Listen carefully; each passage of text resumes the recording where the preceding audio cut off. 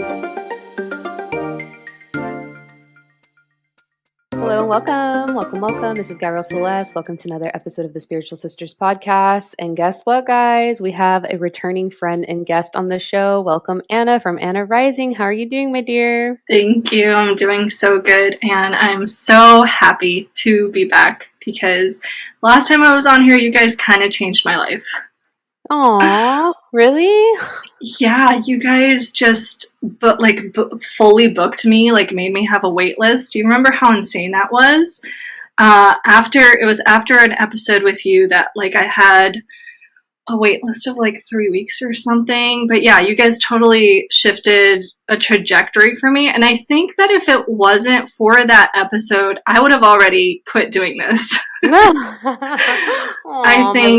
I think that really kind of gave me a lot of like confidence in this work and a lot of like necessity, like a feeling like this is really needed. So just wanted to shout you out and thank you.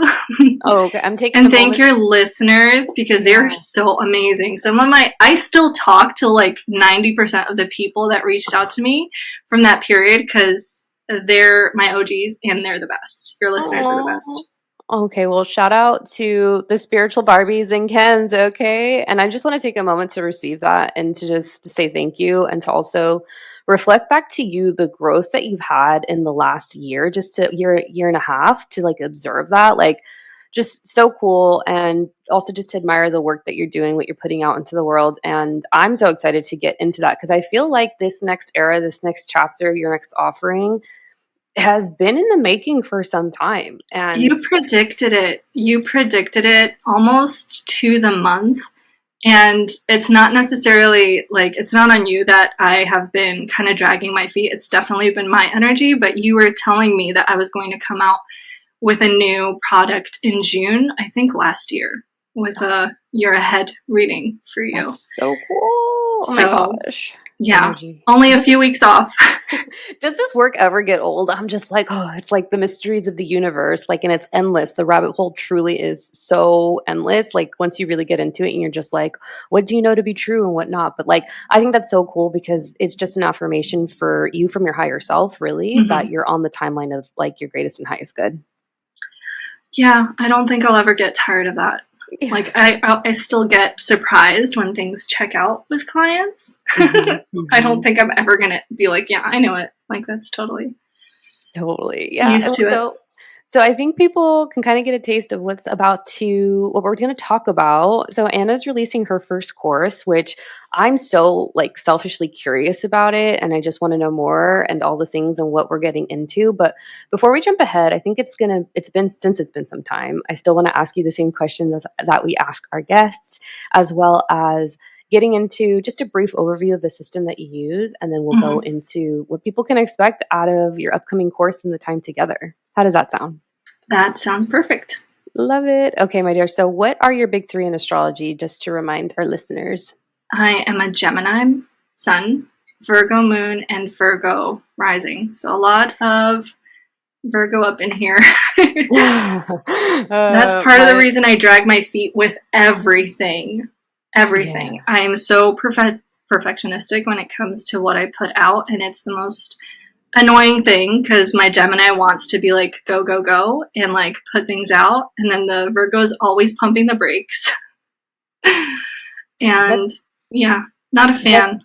That's so interesting because my sister Savannah, she's been on the show before, and she has the inverse. So she's Virgo sun, Virgo rising, Gemini moon. But what I know to be true for her, and I wonder if this is the same for you, since it's a very similar big three, is if you find yourself needing downtime from people or just time to yourself to collect yourself. Oh yeah, I definitely do, big time. I'm very much like I need to recover if I am ever at a really crowded gathering. Like I need downtime. Like I'm gonna need to take a few days to kind of come back from that because it's so like energetically draining for me. So 100%. And it's wild too, like something that I've noticed in my current like root chakra shadow work that I've really been engaged in for the last year or so is that the more I ascend, the more downtime I need. So interesting. I don't know that. I feel like I want to talk about that a little bit. So like you need downtime to like detox kind of from like other energies? I need time to just be to myself, like the human being aspect of it, like oh, making time just to be in my own energy, in my own space, away from everyone, and really like receive what information I'm getting and just being with myself, whether it's like using that time to connect with my higher self, my human self, my guides, and or source. And what I've learned is that my body now needs that more than ever because I'm carrying more light. I feel like I'm just like picking up on that. Like I'm just at the beginning of that journey because before, like it would be absolutely not like terrifying, but I would not be comfortable like sitting still with myself, like being in my mind. I was very, very scared of kind of letting my mind wander, like let the thoughts run loose. But like now I'm very, very getting used to not being on my own so much because I'm not often on my own. I have a lot of kids in the house. I have a husband, but when I do get a chance to be on my own, like it's so sacred to me. Like that time is so like more full, more spiritually like not conducive, like spiritually filling than it was before. And I love that you are saying that it's a symptom of like ascension, like the higher vibration you go, that does that because it's awesome. Yeah, I also think too that like that I think is the spiritual like reflection of it, but I also think you being a mom and having all the responsibilities, that's a core reason too. So yeah, that downtime as a mystic is so important. Yeah, definitely. Yeah. Okay, so what's your human design makeup as a reminder? Oh, okay. I don't know what this means, but I'm a manifesting generator, and I think I have a 2-4 profile. Does that sound right? Yeah, that sounds familiar.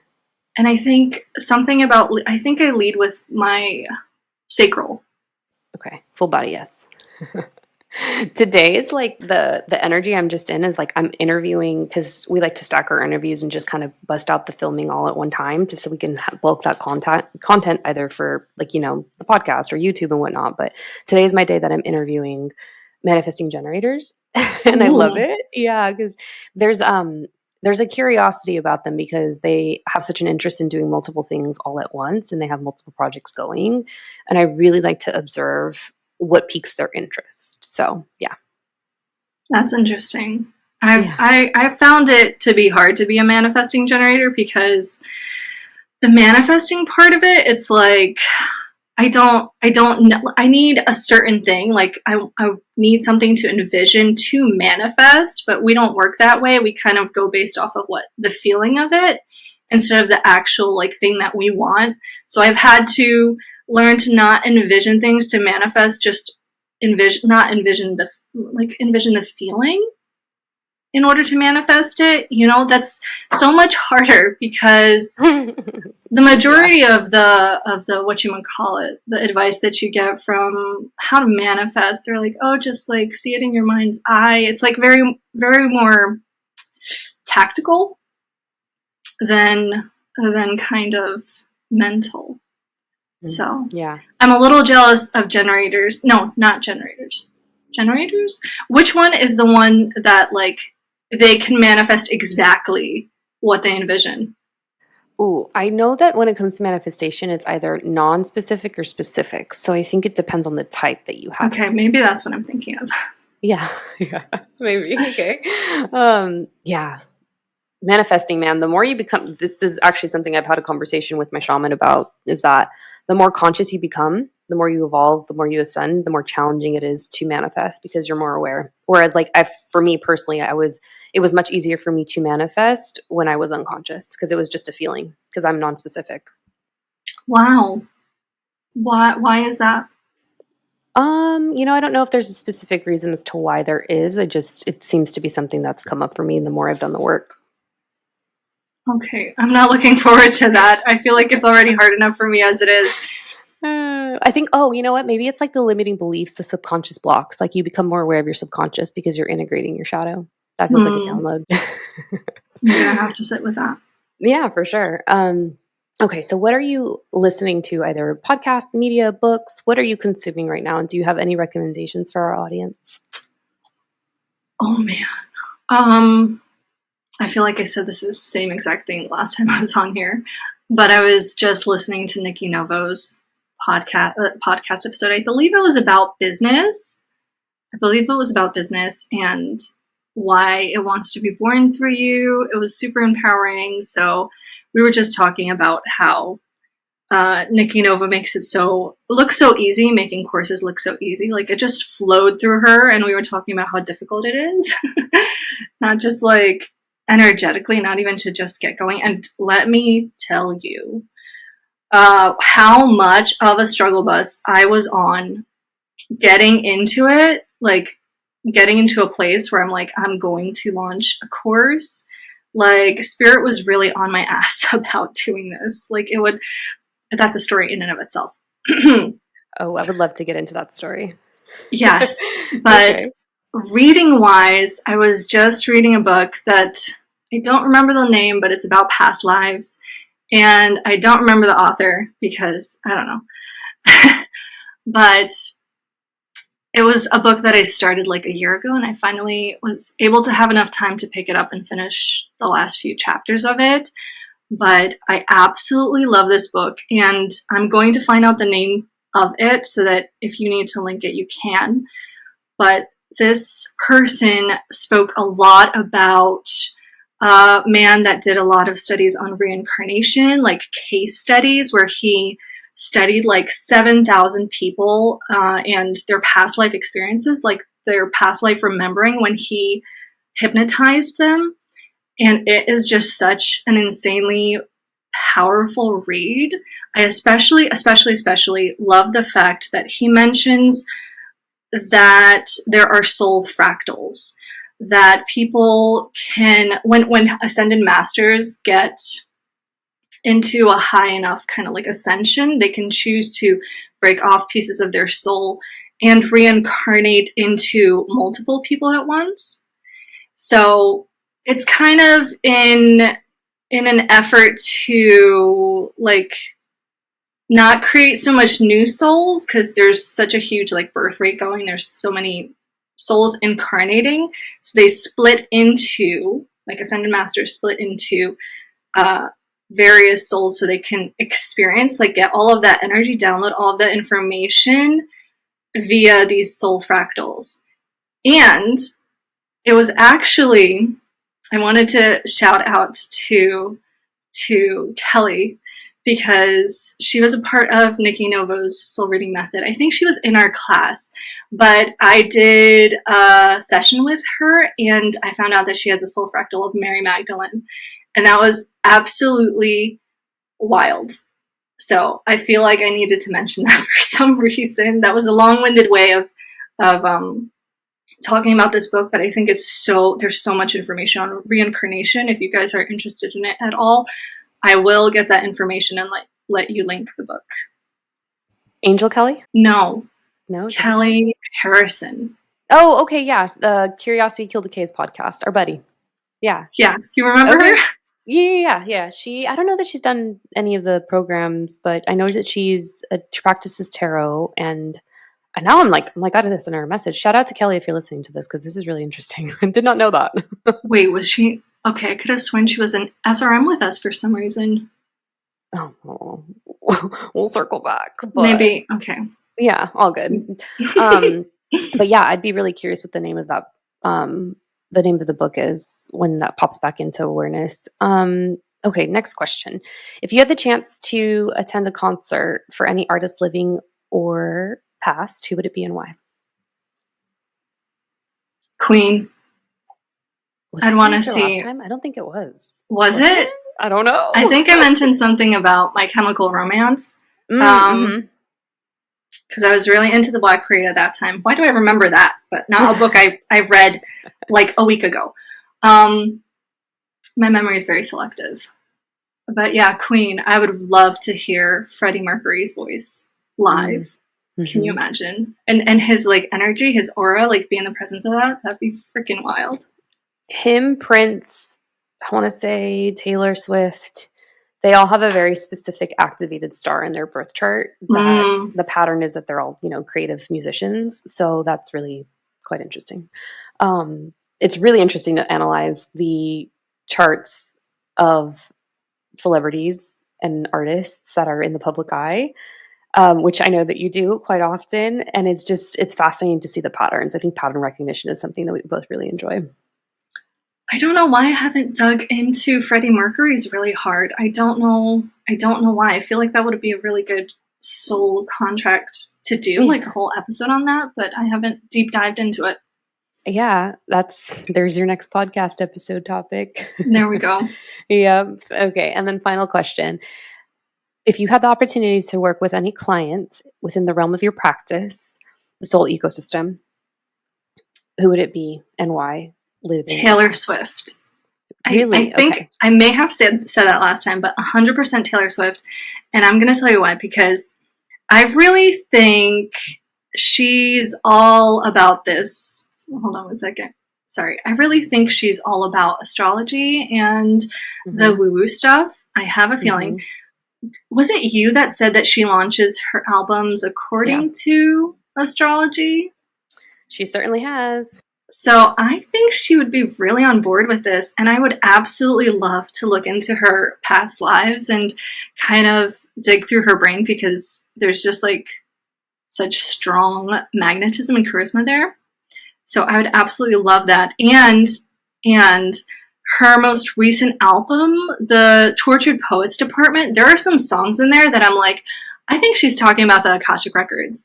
I think she's talking about like her place in nature. I think she's talking about like going into like these meditative spaces. So I really would be curious to see what she would think of her soul contract, because I think that she'd be all about it.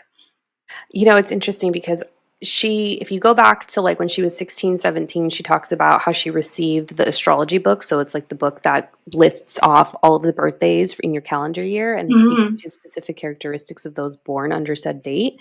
So she was on it from the jump, right? And then there was this other reel of someone that flew with her in her plane. And they were talking about a specific experience in which she read tarot for Taylor. And she said that, Taylor said to her she had never gotten a tarot reading before. So I think she does a really good job of cosplaying it, but she uses, references to astrology in her music videos. And the reason I know so much is because I've studied her and I'm studying her moves and what she's doing, which is like what I like to do for public figures because it's quite fascinating. And she really executes her Capricorn in her chart quite well. Wow. She's brilliant. She's absolutely brilliant. She's a wonderful businesswoman. Totally. And it's like, it makes you wonder, like, she chose her parents. Like her parents were, one's a stockbroker and one was the CEO of the marketing. And she really, combines the two and marries the two skill sets quite well. And the final thing I'll say about this is that I think because she's so creative in her adult form, it's almost like you see her inner child really integrated quite well. And I think that's what sparks and piques a lot of her curiosity. And that's what's driving the show. So very healthy inner child, if you will. Yeah. I feel like I heard somewhere that celebrities get stuck at the like not emotional, maybe emotional level or mental age when they got famous. And then like there was this video like comparing of all the celebrities at what age they got famous.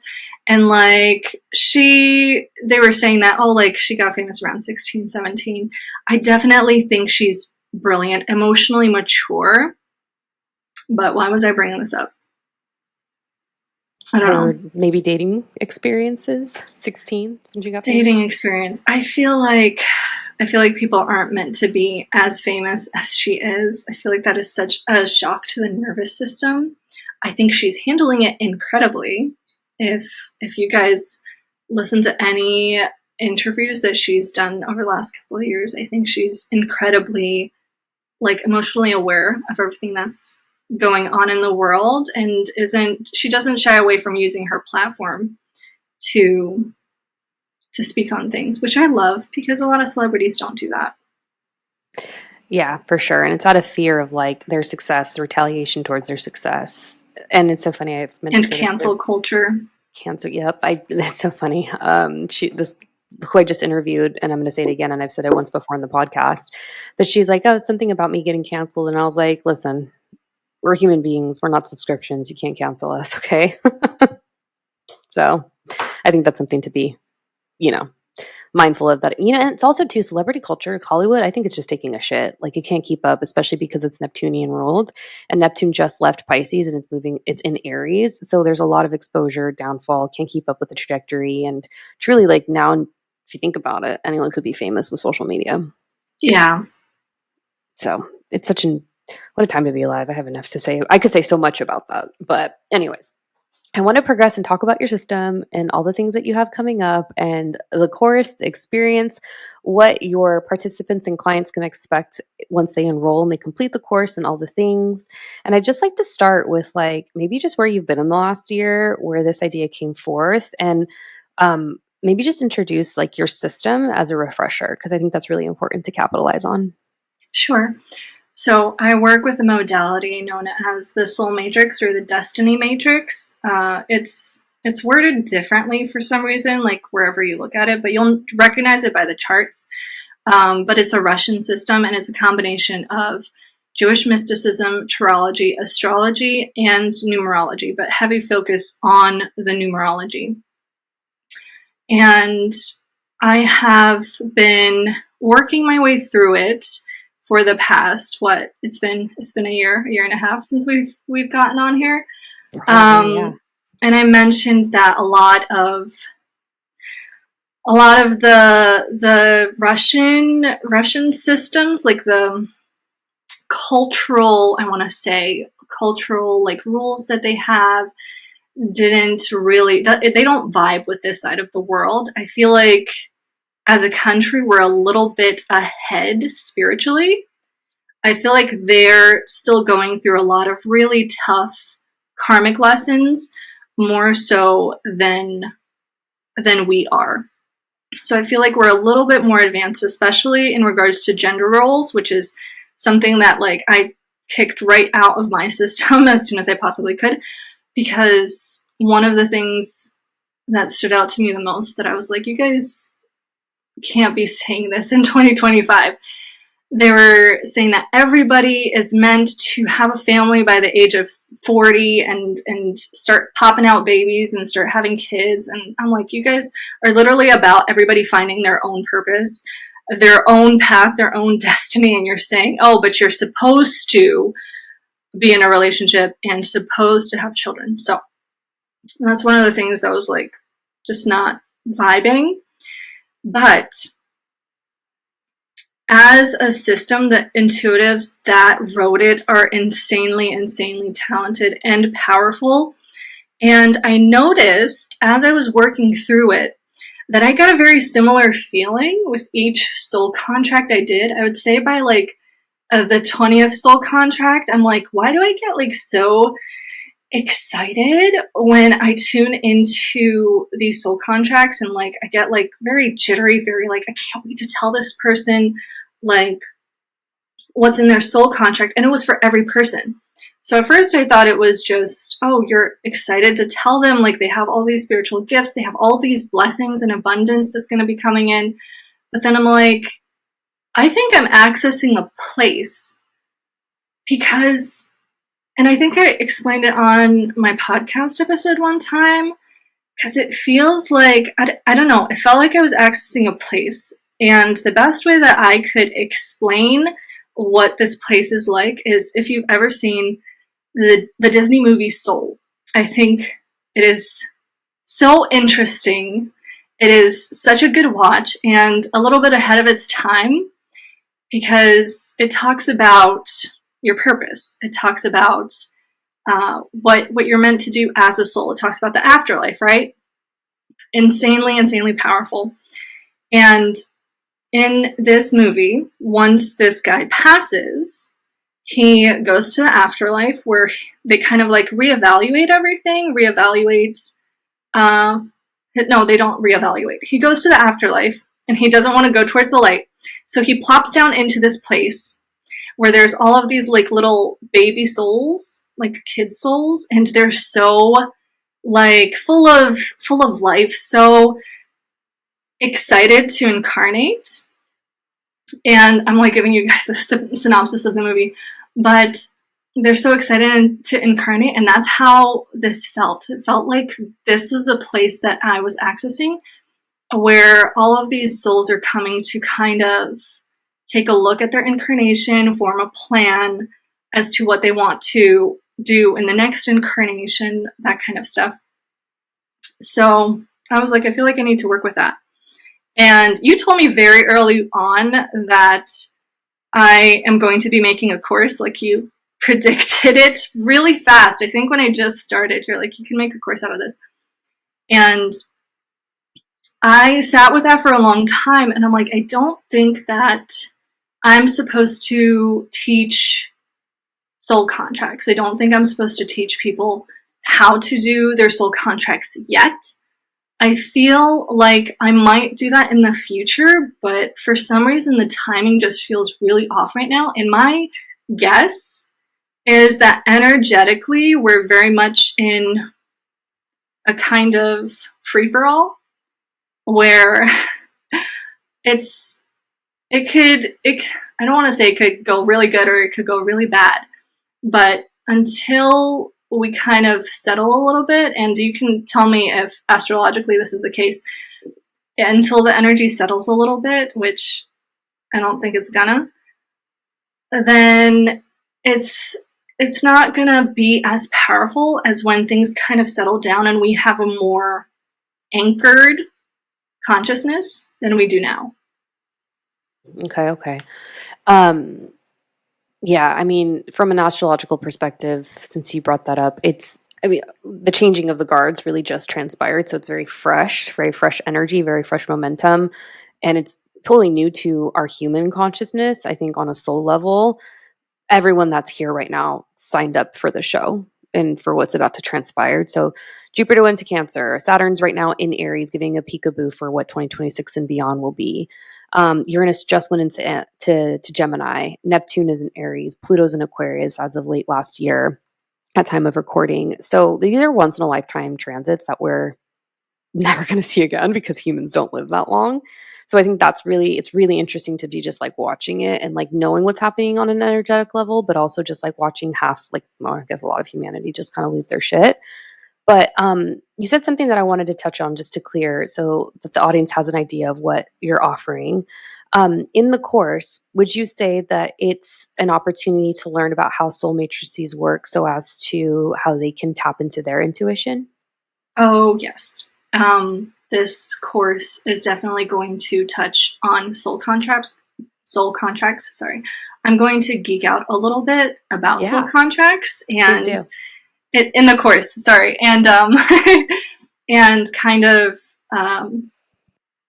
bring forth everything that I've been getting from the Akashic records in regards to soul contracts, because it's been a lot. It's been very interesting. And with soul contracts, I'm going to geek out a little bit in the course in regards to what they are, where they come from.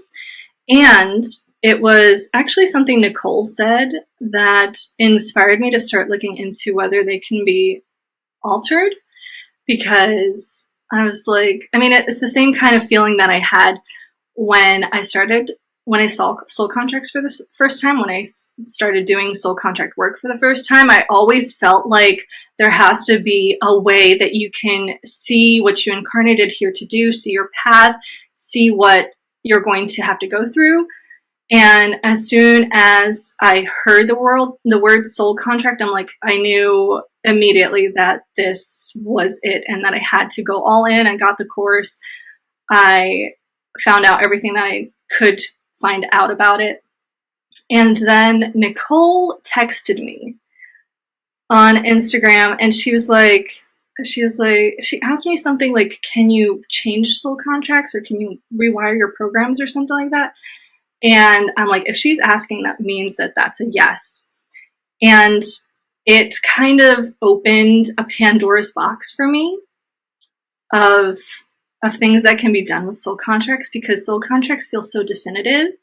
And if it's anything that I've learned about like the spirit realm. Nothing is definitive. Nothing is like so concrete that you can't shift it. And what I've said about soul contracts since the beginning is that they're more so of a map in regards to where you can go than a clear step-by-step, like instructional, where when you're 25, this is going to happen. When you're 30, this is going to happen. It's more like to get a general idea of what you came here to do. And I think I talked about it on your podcast before, where it's not going to tell you specifically like what career you're supposed to go into. It's going to more so tell you your mission. So if your mission is to share your knowledge with people, it's going to be up to you to kind of find out that that's astrological knowledge, right? It's up to you to find out what you're good at. It's up to you to find out what fuels you and what you love to do. And that's the part that kind of, I don't want to say like disappoints people, because they're like, I just want to be told like what I'm supposed to do next. Like, that's not what the journey is about. You're supposed to find this out on your own, because otherwise, like, we would just be programmable robots, right? So, what you can expect from Destiny Weaver. Destiny Weaver is this really mysterious consciousness. I feel her like a consciousness, and she's very, very fluid. She like gives me like water energy.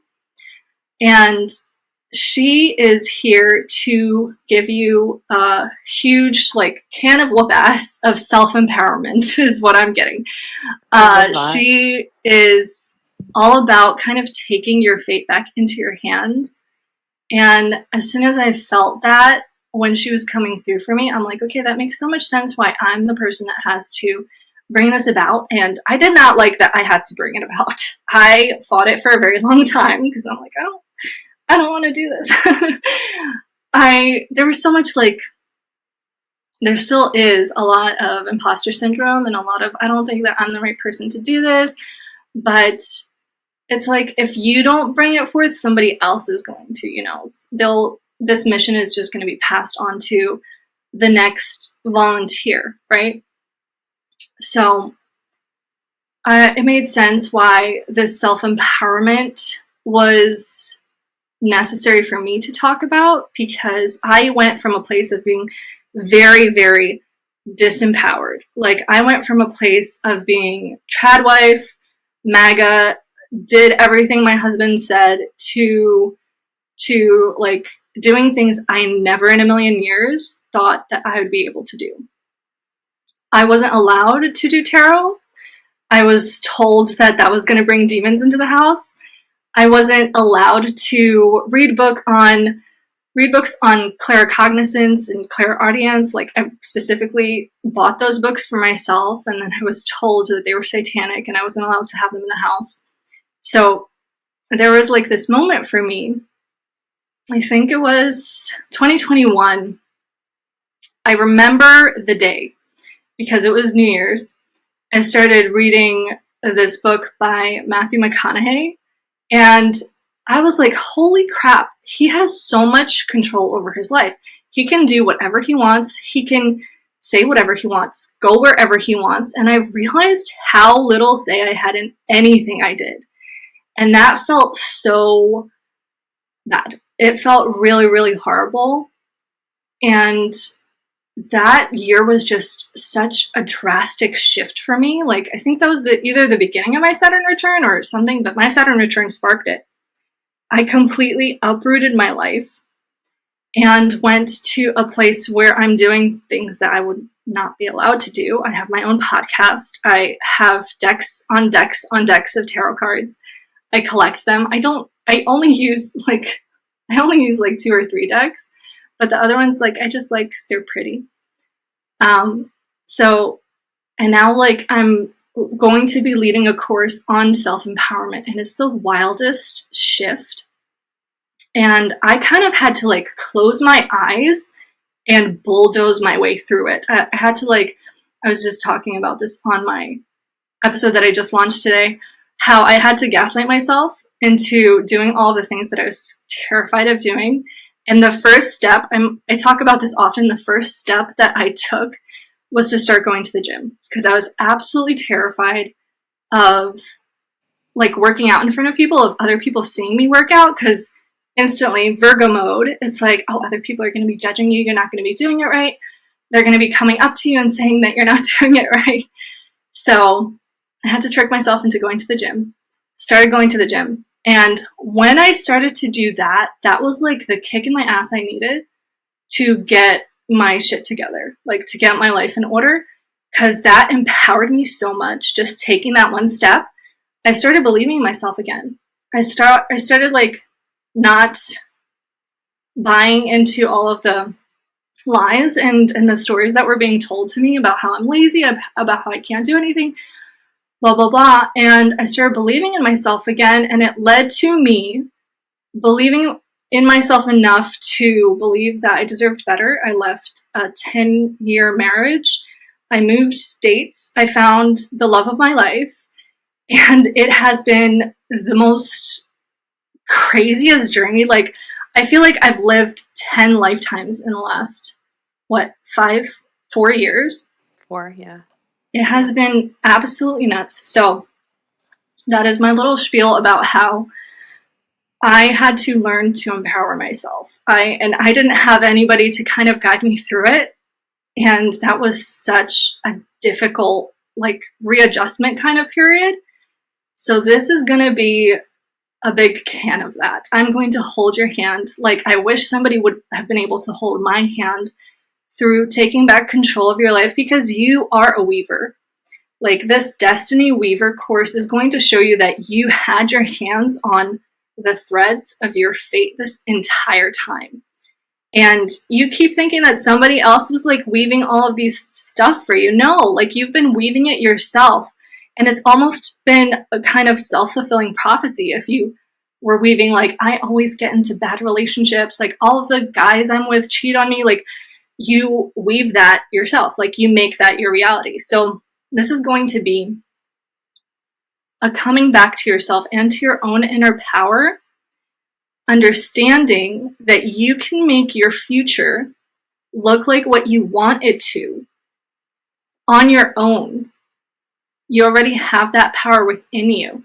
And you have to start by unpacking a load of stuff, a load of shit, a load of karmic generational cycles that you need to break. But that's the clientele that I've been working with. That's the people that I've been calling into since starting my business, are the cycle breakers, the black sheep, the people that are able to recognize, hey, my family has been doing this for generations and generations, and it has not been serving them. They are miserable, they are depressed, they are absolutely not nice human beings. And usually the people that come to me are the ones that are like, we have to forge a different path. And that is why Destiny Weaver was born, because it's here to activate the people that are ready to do that are ready to anchor that energy into consciousness right now, because that is what we need. We need to get rid of old systems that don't work anymore, especially, oh man, don't even get me started on the education system. There are lots of old systems that don't work for us anymore.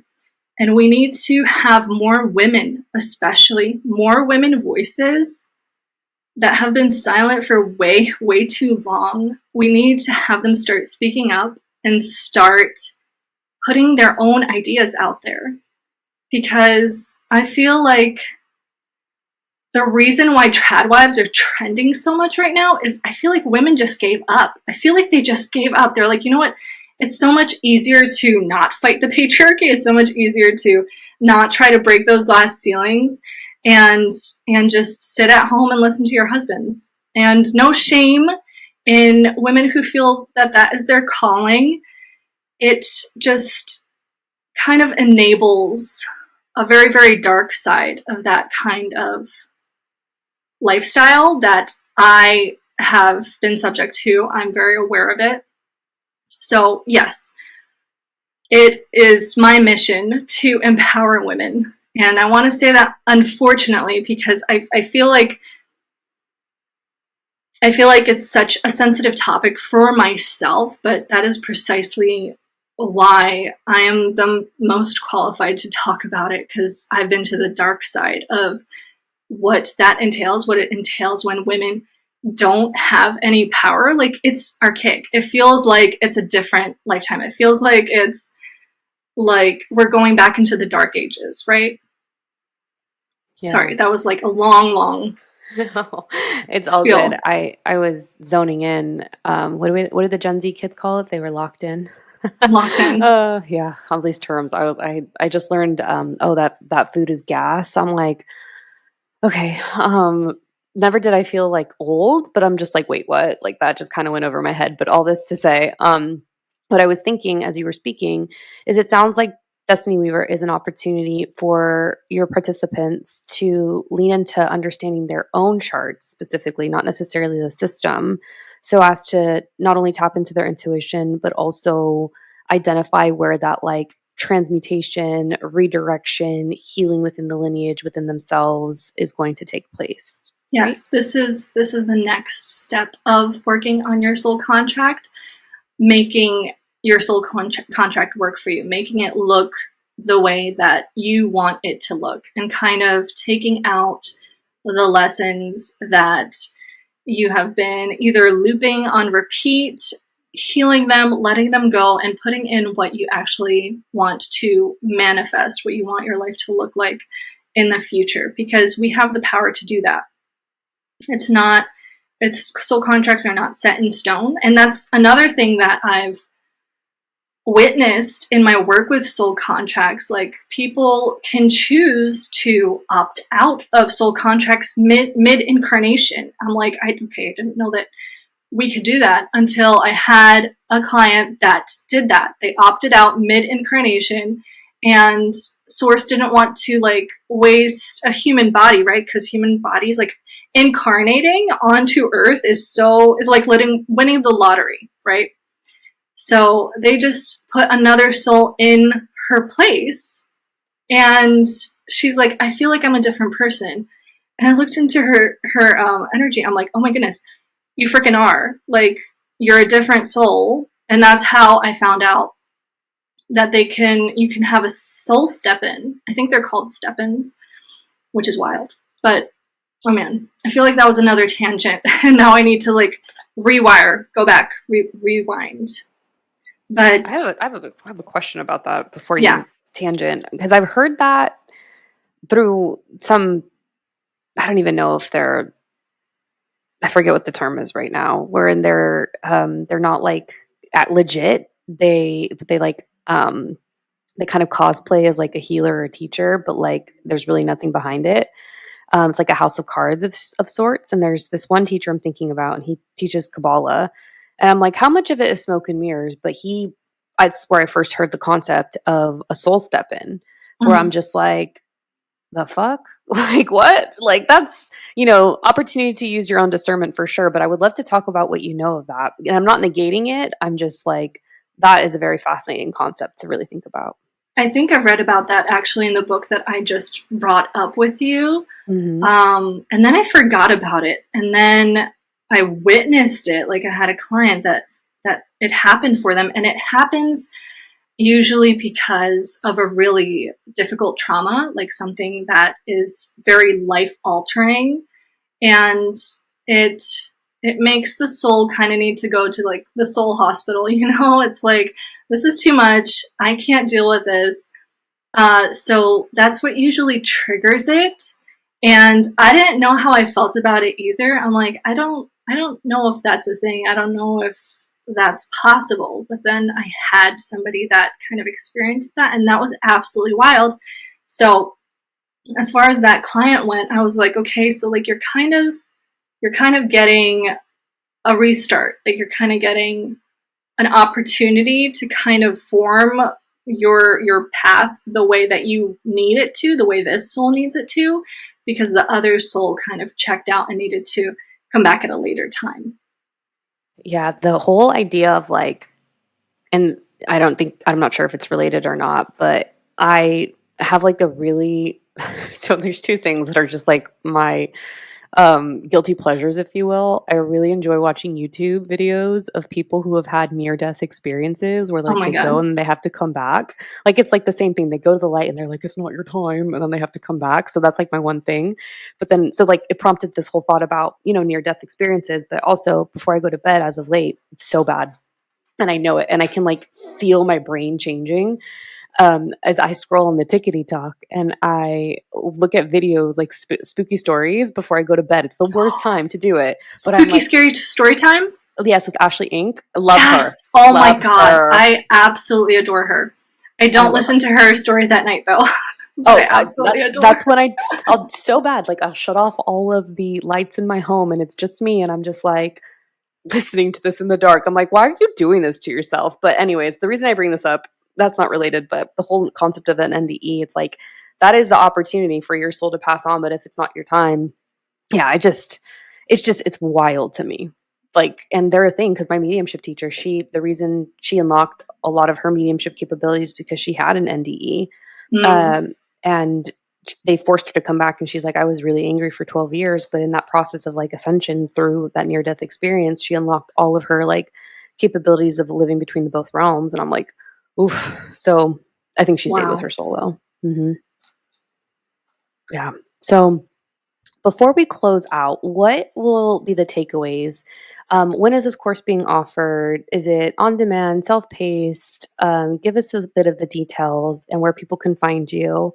And I also just want to say, like, congratulations on your first course. This is major. It's a really big deal.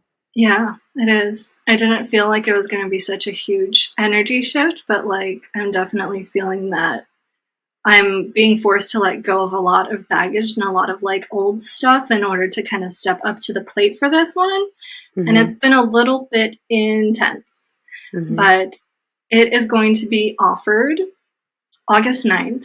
It is starting August 9th. And before I misquote myself, enrollment opens 7/24. I specifically did it by like lunar phases. Love that. So enrollment opens 7/24 and the course starts August 9th. And it's going to be a little bit of a mix of both. Although I do want to say that a large part of this course is to really like don't go through a bunch of modules in one go if you can, because this is really about reprogramming yourself. So that means repeating a lot of things and giving time for it to kind of sink in, like seep in and settle in energetically for it to have the most maximum effect, right? So it's going to be self-paced, the modules are, but we're going to have live calls together, which I am so excited about because I feel like those are going to be really, really powerful and a powerful way to really anchor that energy within us. And I'm going to be doing one-on-one sessions with each person in the beginning and the end of the course to really make sure that we're going through your soul contract, digging into what's not working for you right now, taking a look at where you want to be and helping you kind of anchor that, because it's so difficult to like dream bigger. It's so difficult to unlock your potential when you have a hard time seeing that potential. That was something that I struggled with a lot because I'm like, I don't know like how much potential I have. Like I don't know how big this can get. So that has a lot to do with karmic stuff. For sure. So you're offering it in August. It's available for Yes. purchase at time of drop as well. Yes. And where can people find you? We're going to link this in the show notes, but what's the best way to get in touch with you if people have more questions about the course? If you have more questions about the course, you guys can find me on Instagram, the Soul Ecosystem.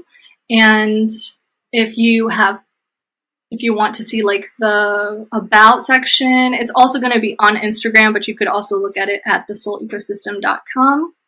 So if you want to hit me up for more info, I will be putting out all of the stuff that's going to be in the course, what you guys can expect there very soon. Love that. Guys, be sure to also check out Anna's Etsy shop, her one-to-one readings. They're phenomenal. check out her podcast, the Soul Ecosystem podcast. Check her out wherever we link the her information below. She is a gem. She's so skilled at what she does. We love having you on. You're welcome at any time, and we're just so Oh, grateful and for you, Anna. I'm so grateful for you guys. I'm so grateful for you and Nicole. And I'm going to be giving 10% off to your listeners. I will provide you with a promo code. I think that you can either post to Instagram or something, so you guys can be on the lookout for that when it comes up. Love it. Love it. Love it. Love it. I was getting ahead of myself because I started getting information and then I was like, oh, okay, wait, ground, Gabby, you need a ground. We usually close out with a card pull, and Anna has been so gracious as to not only provide us with the discount code, but also to close us out in the show with the card pull. So if you would be so kind as to do that, we would be eternally grateful. Yeah, I'm going to try not to be hitting my mic with this right now. But which deck is it? You said it was really pretty. Oh my goodness, yes. So this is the Starseed Oracle deck. I have that one. Mm-hmm. You love have it? That was my OG. Love it so much. Oh my god. I feel like I needed to earn it almost. Like I feel like I needed to level up to get it, because this is like so profound. The messages in there are like so powerful. I absolutely loved it. And I actually got it because of a past life regression I did, where I saw this stone bridge in Lemuria, and then I was scrolling through my Instagram feed, and there was a pic of a card, like somebody had posted a pic of a card from this deck that had the same exact like kind of bridge that I saw, and I'm like, oh my god. And I looked it up, and it's a Starseed deck. I'm like, okay, so that's definitely from Lemuria. I need to get it. And yeah, that's the story behind this deck, and it's been my go-to since I got it. I absolutely adore it. Ooh. Okay. Karmic relationships.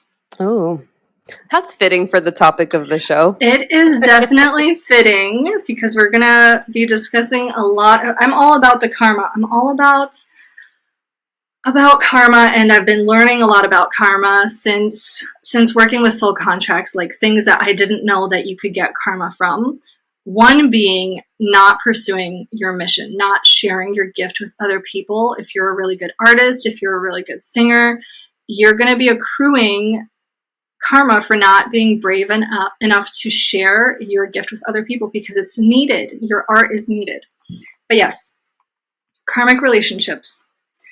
The constellation Orion is thought by many to have a place of great polarity and eventual unity.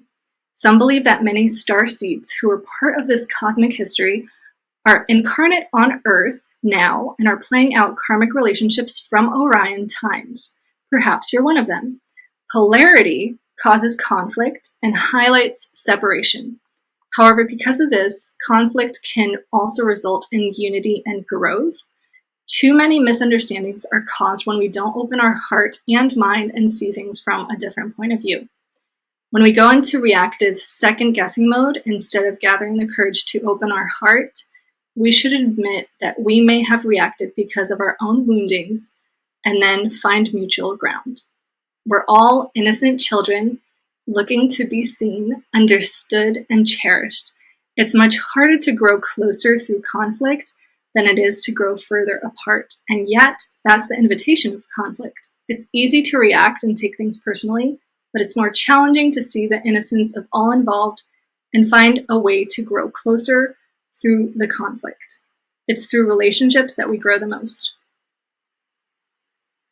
I feel like so that kind of touches on the thing I was talking about from the movie Soul, about how there's like all of these baby souls and they're so excited about incarnating.